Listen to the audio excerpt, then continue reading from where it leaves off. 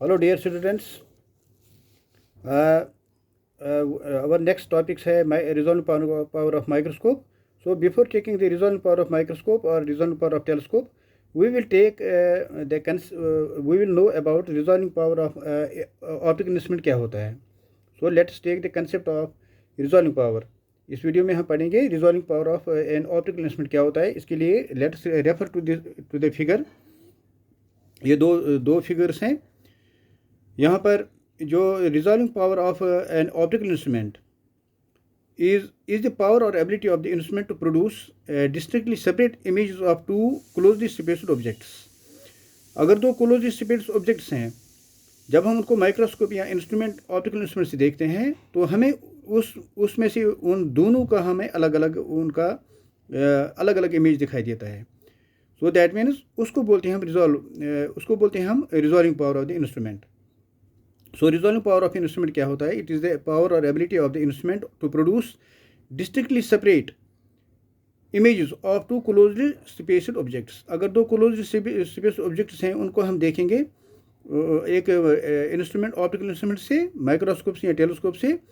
So it is the ability of the instrument to resolve or to see as separate the images of the two closely spaced objects. उनमें से हम जो closely spaced objects हैं, जब उनको हम instrument से देखते हैं, ऑप्टिकल इंस्ट्रूमेंट से देखते हैं, तो ऑप्टिकल इंस्ट्रूमेंट से हमें उनका क्लोजली स्पेस्ड इमेज दिखाई देता है.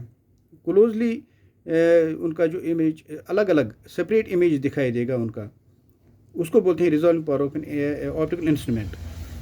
When two objects are placed very close to each other, every optical instrument has its own limit up to which it can produce distinctly separate images of these objects.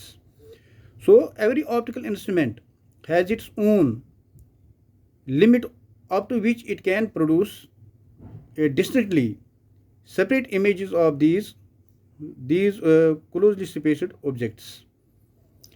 According to Rayleigh, 2-point objects A and B will be just resolved. 2 points A and B will be just resolved when the central maximum of A, central maximum of diffraction pattern of B lies on the first secondary minima diffraction of the A. So according to Rayleigh, 2-point objects A and B will be just resolved. Resolved means when we are able to see their separate images through an optical instrument. Sorry. So according to Rayleigh, 2-point objects A and B will be just resolved when central maximum of A, central maximum of B, central maximum of diffraction pattern of B. This is diffraction pattern produced on the screen. When the central maximum of diffraction pattern of B lies on the first secondary minimum of diffraction pattern of A. This is first secondary minimum diffraction of A. This is called Rayleigh criterion for resolvability. इसको बोलते हैं कि जब central maximum of diffraction pattern of B lies on the first secondary minimum of A, diffraction pattern of A. This is called Rayleigh criterion for resolvability. As shown in the figure. अगर हम B की बात करेंगे, यहाँ अगर हम figure A की बात करेंगे, आप देखते हो यहाँ पर इस तरह शो किया गया है. ये first minimum of B and A है. यहाँ पर first minimum of B and A, और ये central maximum of A and B है. This is central maximum of A and B, and this is first minimum of B and A. When the central maximum of A, central maximum difference pattern of B lies on the first secondary minimum of A. This is called Rayleigh criteria for resolvability and shown in the figure. तो यहाँ से हम देख सकते हैं कि the minimum distance between two objects which can just be seen as separate by the optical instrument is called limit of resolution.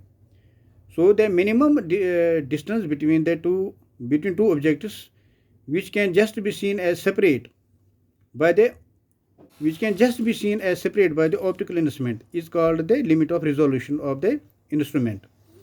Obviously, smaller the limit of resolution of the optical instrument, greater is the resolving power.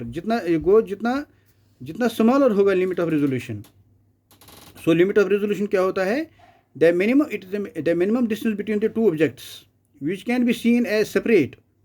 वो जितना distance हम दो objects के दरमियान कम रखेंगे और उतना हमें उनका इमेजेस अलग अलग दिखाई देगा by the help of the with the help of the optical instrument. उसको बोलते हैं resolving limit of the resolution. जितना resolution limit of the resolution greater होगा, जितना रेजोल्यूशन स्मॉलर होगा limit of the resolution of the optical instrument, उतना greater होगा resolving power of the instrument. So बच्चों, you have to remember that the smaller the limit of resolution, greater of the optical instrument and greater will be the resolving power and vice versa.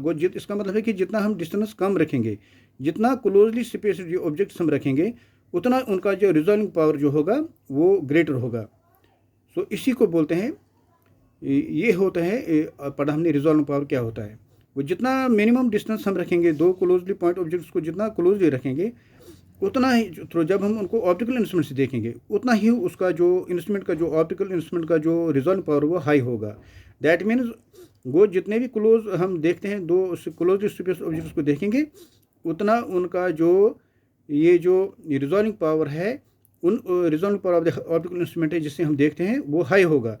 That means उनका जो हम जो closely spaced जो objects हम optical instrument से देखते हैं, हम उनकी जो सेपरेट इमेज देख पाएंगे, डिस्टिंक्टली अच्छी तरह से उनका देख पाते हैं. इसको बोलते हैं resolving power of the instrument. वो जितना डिस्टेंस कम करेंगे, उतना between the closely spaced objects, और जब हम उनको ऑप्टिकल इंस्ट्रूमेंट से देखेंगे, उतना ही जो resolving power of the optical instrument होगा वो ज़्यादा होगा. Thank you very much. आज हमने ये कंसेप्ट ऑफ रिजॉल्विंग पावर के बारे में पढ़ा. It is very important topic. इसके बाद हम ले लेंगे resolving power of microscope and resolving power of the telescope. Thank you. We will continue the video.